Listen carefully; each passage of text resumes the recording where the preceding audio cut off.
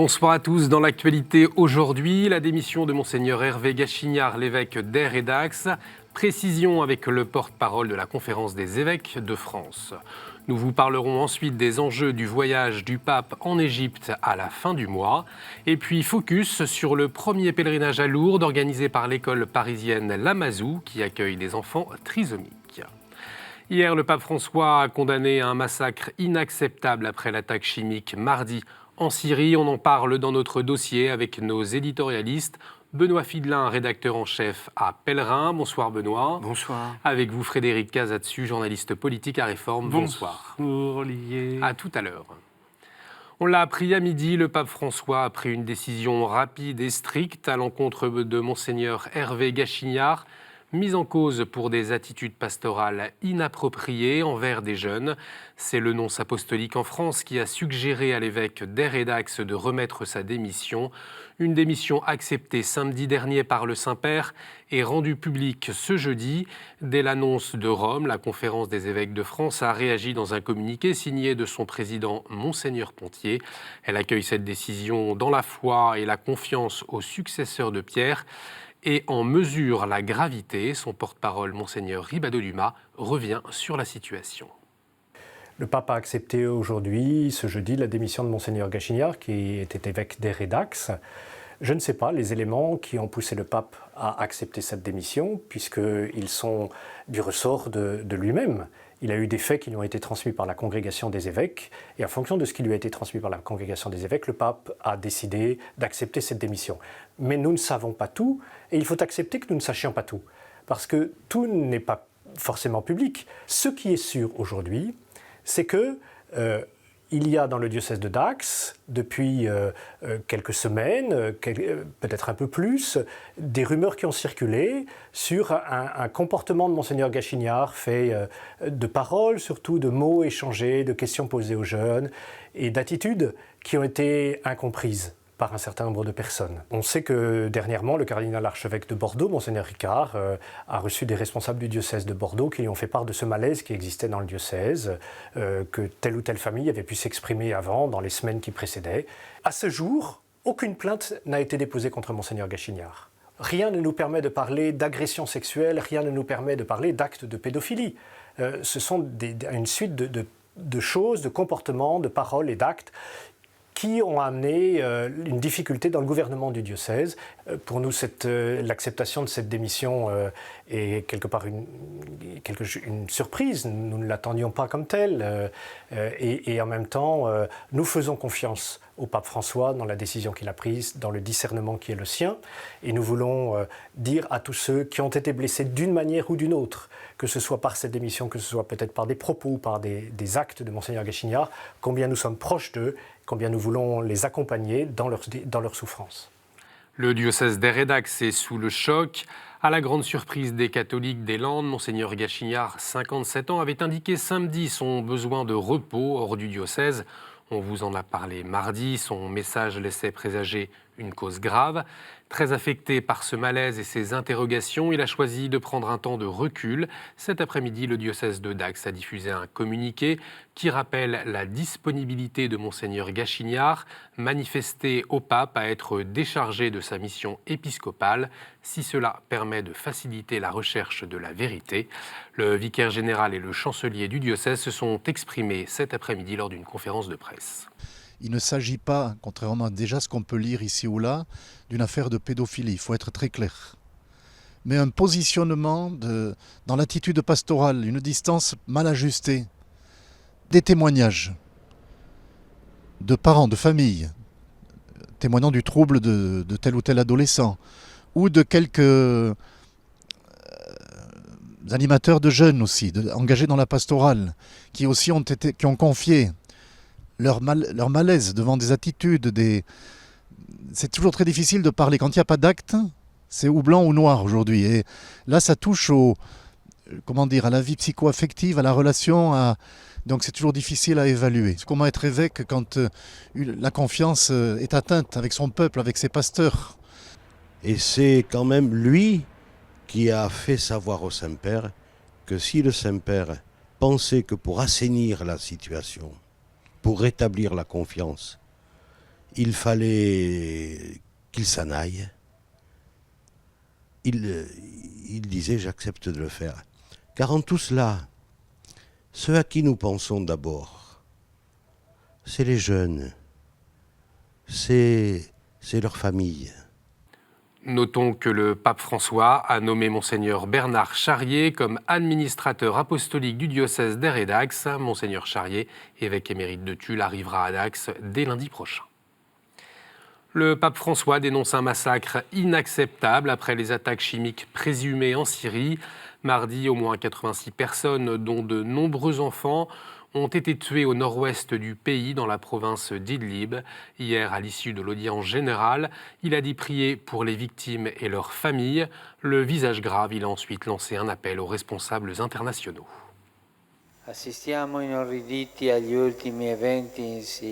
Nous assistons horrifiés aux derniers événements en Syrie.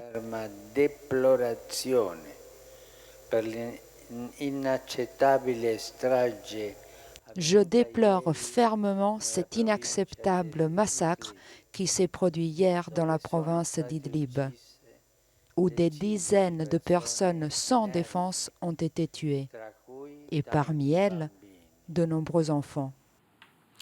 Un appel relayé sur place par le cardinal Mario Zenari, nonce apostolique à Damas. Pour lui, la Syrie est devenue l'enfer sur terre.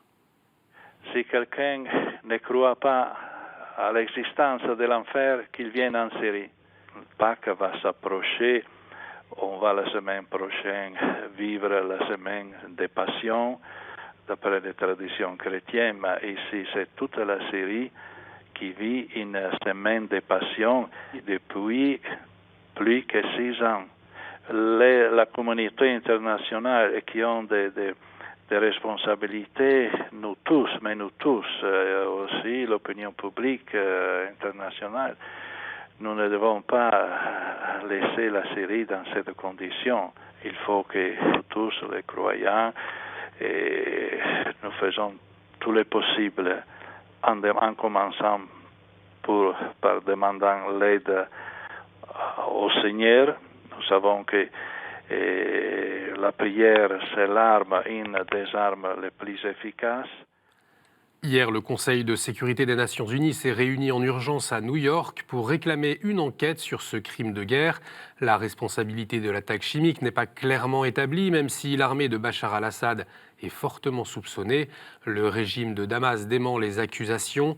Monseigneur Golnisch, directeur de l'œuvre d'Orient, condamne lui aussi avec fermeté les attaques chimiques et nous explique pourquoi il est difficile d'avoir un retour précis de la situation sur place.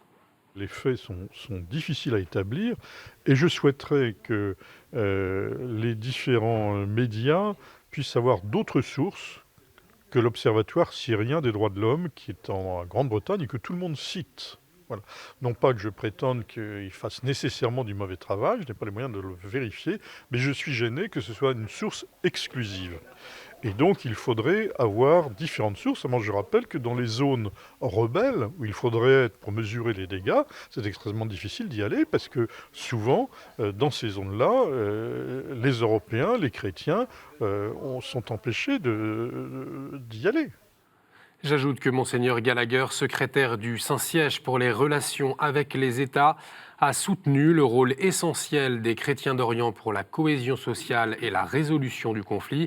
Il s'est exprimé hier à Bruxelles lors d'une conférence sur l'avenir de la Syrie organisée par l'Union européenne et les Nations unies avec la participation de plus de 70 pays. Un voyage pastoral œcuménique, mais surtout interreligieux, voire diplomatique. Voilà comment on peut qualifier le prochain séjour du pape François en Égypte, les 28 et 29 avril prochains. Hier, l'œuvre d'Orient a tenu une conférence de presse pour expliquer les enjeux des rencontres qui sont prévues. Le voyage du pape sera rythmé par la visite avec le président Al-Sisi, mais aussi celle avec le grand imam d'Al-Azhar. Le Cheikh Ahmed Mohamed El Tayeb est la plus haute autorité de l'islam sunnite. Le Saint-Père rencontrera aussi le patriarche copte Tawadros II. Un voyage pour retisser des liens, comme nous l'explique Christian Canuyer, directeur de Solidarité d'Orient en Belgique. Je crois que ce qui est en jeu, oui, il y a la dimension écuménique, les relations entre coptes, catholiques et orthodoxes ne sont pas toujours excellentes.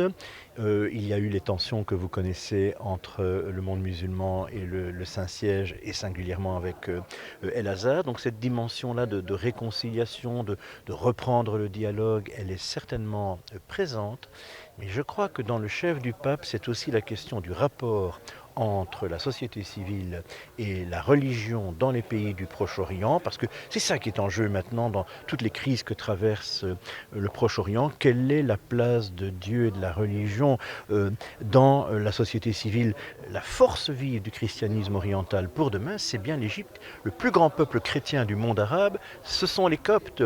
Ils sont entre 6 et 8 millions, disons.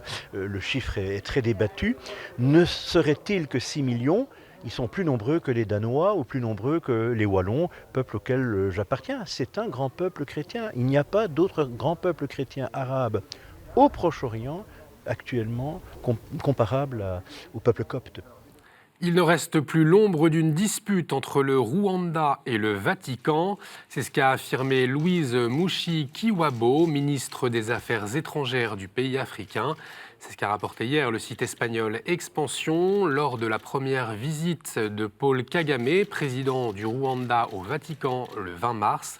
Le pape François lui avait fait part de sa douleur pour le génocide.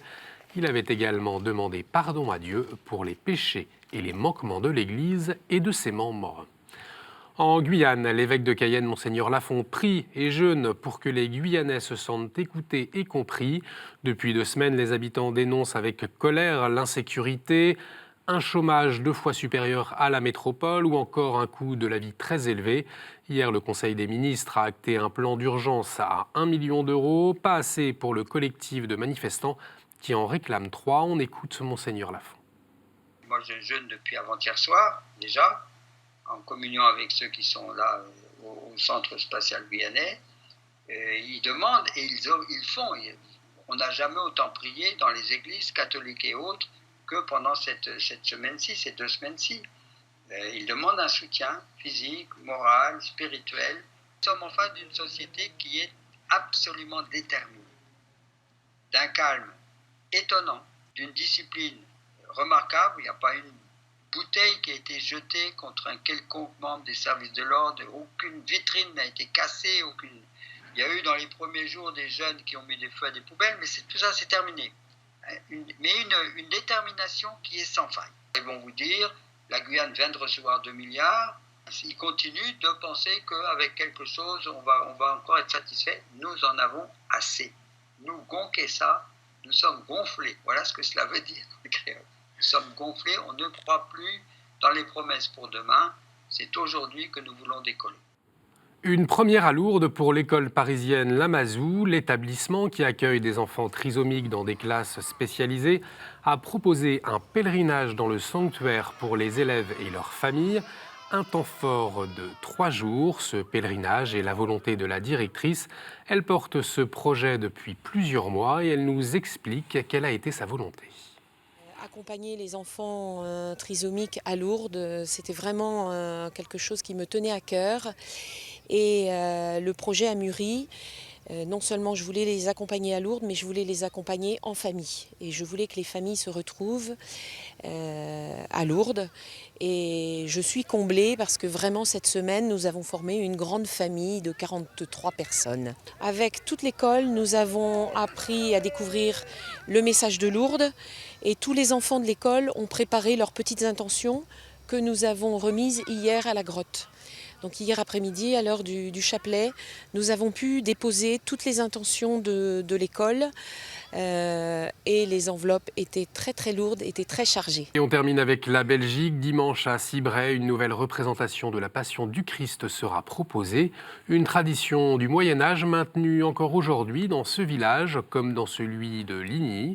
Et puis toujours en Belgique, on souhaite un bel anniversaire au site internet égliseinfo.be qui fête ses 3 ans. Une refonte sera présentée demain lors d'une conférence de presse. Voilà, c'est l'heure maintenant de la chronique du Père Rouget et il met en lien campagne présidentielle et dimanche des Rameaux.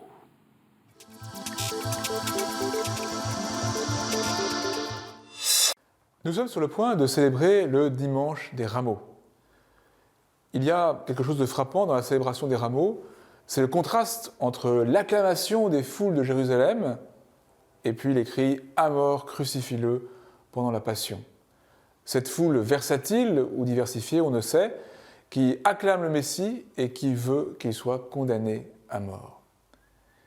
Il y a quelque chose d'analogue dans notre débat présidentiel.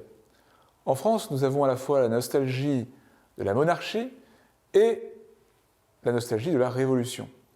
Nous voulons élire un roi qui serait supposé résoudre tous nos problèmes, un roi thaumaturge, et à peine l'avons-nous élu que nous n'avons qu'un seul désir, lui couper la tête. Cette pathologie de l'attitude politique française devrait être dépassée pour que nous puissions aboutir à quelque chose de plus sérieux et de plus fécond. Parce que nous ne sommes pas en train d'élire un Messie, précisément, pour faire écho à la liturgie des rameaux. Nous sommes simplement en train de réfléchir à celui qui pourrait assumer le mieux possible la fonction de veiller à la justice et à la paix dans notre pays. Il ne faut pas donner à la fonction présidentielle une espèce de force sacrée qu'elle n'aura pas. Et si nous avons un vote plus modeste dans son ambition, alors nous serons moins vite tentés par la désillusion, même si bien sûr il faudra garder une capacité critique tout au long du mandat de celui qui va être élu dans quelques semaines. Mais le plus important n'est pas là, sans doute. Le plus important, face à cette campagne présidentielle si décevante, c'est un travail de fond qui permette de faire émerger à terme des hommes et des femmes plus ajustés aux enjeux politiques de notre époque. C'est par un travail de fond, pour faire encore écho à la liturgie de ces jours qui viennent, c'est par un travail de fond que notre vie politique peut connaître une résurrection. Merci Père. Tout de suite, la revue de presse.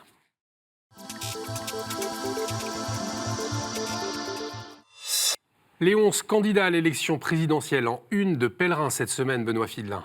Oui, tout à fait. 30 pages sur la présidentielle, un guide de la présidentielle. Alors, un guide, ça veut dire qu'on guide nos lecteurs. Nous, on tire à 180 000, on a 800 000 lecteurs dans toute la France, mais c'est des lecteurs qui ont horreur qu'on leur dise ce qu'il faut qu'ils fassent. Ils aiment bien avoir des clés pour voter, alors on leur donne, avec notamment les credos des candidats, avec aussi un superbe comparatif des programmes de tous les candidats, pour que, justement, nos lecteurs se fassent une idée et affûtent leur esprit civique en vue du premier tour. Merci Benoît, et c'est François Fillon qui fait la une de Réforme. Il s'est rendu dimanche dernier à la Maison du Protestantisme à Paris pour présenter son projet, et vous y étiez, Frédéric Casatsu. Oui, Olivier, la Fédération protestante de France et Réforme sont partenaires et ont invité Emmanuel Macron au mois de février, François Fillon lundi dernier.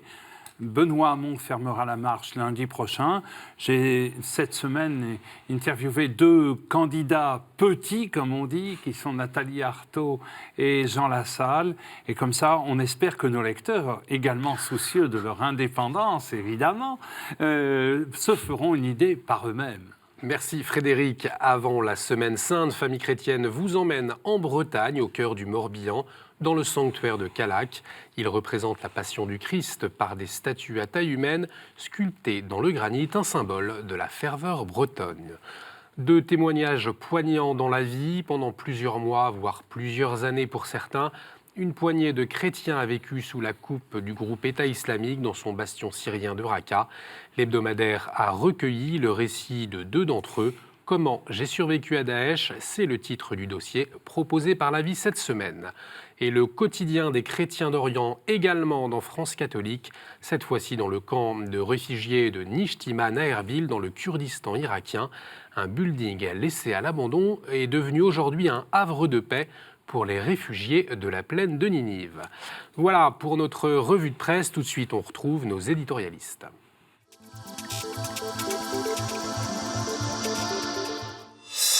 On vous en parlait dans ce journal. Mardi, au moins 86 personnes, dont 30 enfants, ont été tuées lors d'un raid mené dans une petite ville de la province rebelle d'Idlib. La Syrie, on en parle avec vous, Benoît Fidelin de Pèlerin, et avec vous, Frédéric Casatsu de Réforme. Pour commencer, juste votre première réaction quand vous avez appris cette attaque. Frédéric. Mais, écoutez, évidemment, comme tout le monde, je serais tenté de le dire, l'horreur, le sentiment de dégoût, et tout en même temps, le sentiment que la communauté internationale se trouve dans une situation très difficile. Je redoute que les incantations ne soient suivies que de quelques effets et que, au fond, le rendez-vous ait été manqué il y a quelques années lorsque la France et les États-Unis avaient préparé une opération militaire que le président américain a choisi de ne pas conduire jusqu'au bout. Benoît. Oui, effectivement, c'était à l'été 2012 et cette fameuse ligne rouge qui devait provoquer une intervention, elle a été franchie, mais à l'époque, il n'y a pas eu, bien sûr, de réaction, comme vous le rappeliez. Je crois que, oui, bien sûr, c'est une situation de révolte face à la barbarie, terrible barbarie, et puis à ce que vit la Syrie, ce que rappelaient l'évêque de ce pays tout à l'heure. Puis en plus, c'est pas la première fois. Il y a eu, bien sûr, en 2012, mais il y a eu dans la banlieue de Damas, il y a eu aussi une enquête des Nations Unies et de l'Organisation pour l'interdiction des armes chimiques qui a recensé 3 ou même 4 attaques. Donc, c'est pas une première. Par contre, ce qui est nouveau, c'est que cette fois-ci, irréfutablement, cela semble être le régime. Les États-Unis n'auraient jamais réagi avec cette promptitude et mis en cause Assad si fort, et bien sûr mis en cause ainsi leurs alliés russes, enfin alliés russes, les amis russes de M. Trump, qui sont aussi les amis de quelques députés français, et qui ne se sont pas glorifiés en allant le voir. Justement, elle vous a surpris, vous aussi, cette réaction forte des États-Unis? De Donald Trump, je serais tenté de dire que rien ne me surprend. C'est un chef d'État insaisissable qui ne rentre dans aucun code, et de ce point de vue, il est particulièrement inquiétant. Si vous me permettez juste d'ajouter un mot, je voudrais attirer l'attention de nos amis téléspectateurs sur le fait que la générosité, l'ouverture d'esprit que le droit international porte sur le devant de la scène comme une ambition, cette générosité, cette ouverture d'esprit, ce sens de la paix et de la justice paraissent très souvent, comme on dit, pardonnez-moi, béni oui-oui. Eh bien là, on voit à quel point le droit international est essentiel. Et je voudrais attirer l'attention sur ce point. On ne peut pas, comme nous le faisons à cette table à l'instant, dire que c'est horrible, dire que c'est affreux, et se moquer de ceux qui, depuis de nombreuses années, promeuvent la paix dans le monde par le droit international. C'est une conquête formidable, mais qu'il faut sans cesse consolider. Et concrètement, comment est-ce que ce droit international, on doit s'en saisir pour essayer de résoudre la question de la Syrie? Je crois que c'est difficile. Hein. La Syrie, personne ne va vous dire que c'est facile entre Bachar el-Assad et les djihadistes, entre ces deux aveuglements, ces deux forces-là. C'est très, très, très difficile sur le terrain, y compris. Cependant, ce qu'il faut, c'est absolument que, comme l'a dit Frédéric, que le droit international finisse par l'emporter par absolument que les grandes puissances arrivent à dialoguer avec en toile de fond ce droit international et qu'on arrive à se débarrasser, à la fois que la Russie et les États-Unis arrivent à se débarrasser à la fois des djihadistes et de Bachar. C'est la seule solution. Et ça veut dire dialoguer avec Bachar al-Assad ou pas Pas des deux. Mais il y a aussi une autre solution. C'est que, je pense qu'on voit que la seule solution n'est pas Bachar el-Assad. La France même, ces derniers jours, avait commencé à dire peut-être que malgré tout qu'il faut le garder au pouvoir, avec cette idée, je voudrais y revenir, de moindre mal. Qu'est-ce que c'est que cette idée de moindre mal quand on voit ce qui vient d'être commis? Et là, je repense à des phrases du catéchisme de l'Église catholique, qui dit que pour être lucide, l'usage de la forme doit répondre à certaines conditions, notamment que tous les moyens d'y mettre fin se soient révélés impraticables ou inefficaces. Bachar, il n'a jamais essayé de négocier, il a toujours usé de la force. Et il dit que l'emploi des armes n'entraîne pas des maux et des désordres plus graves que le mal à éliminer. C'est exactement les limites du moindre mal. Et pareil, Jean-Paul II, il disait que la violence, finalement, elle détruit ce qu'elle prétend défendre. Bachar prétend défendre son peuple et lui dit la violence détruit ce qu'elle prétend défendre, la dignité, la vie, la liberté des êtres humains. Le moindre mal, c'est une catastrophe. Frédéric, vous vouliez réagir, notamment sur... je crois que la situation est politiquement très complexe. On sait que les chrétiens d'Orient et les chrétiens de Syrie sont eux-mêmes non pas partagés, ils sont souvent favorables au régime pour des raisons historiques et politiques que chacun connaît plus ou moins aujourd'hui. Donc, je ne donne pas de leçons, mais je crois qu'il faut encourager nos téléspectateurs à réfléchir au moment de l'échéance présidentielle.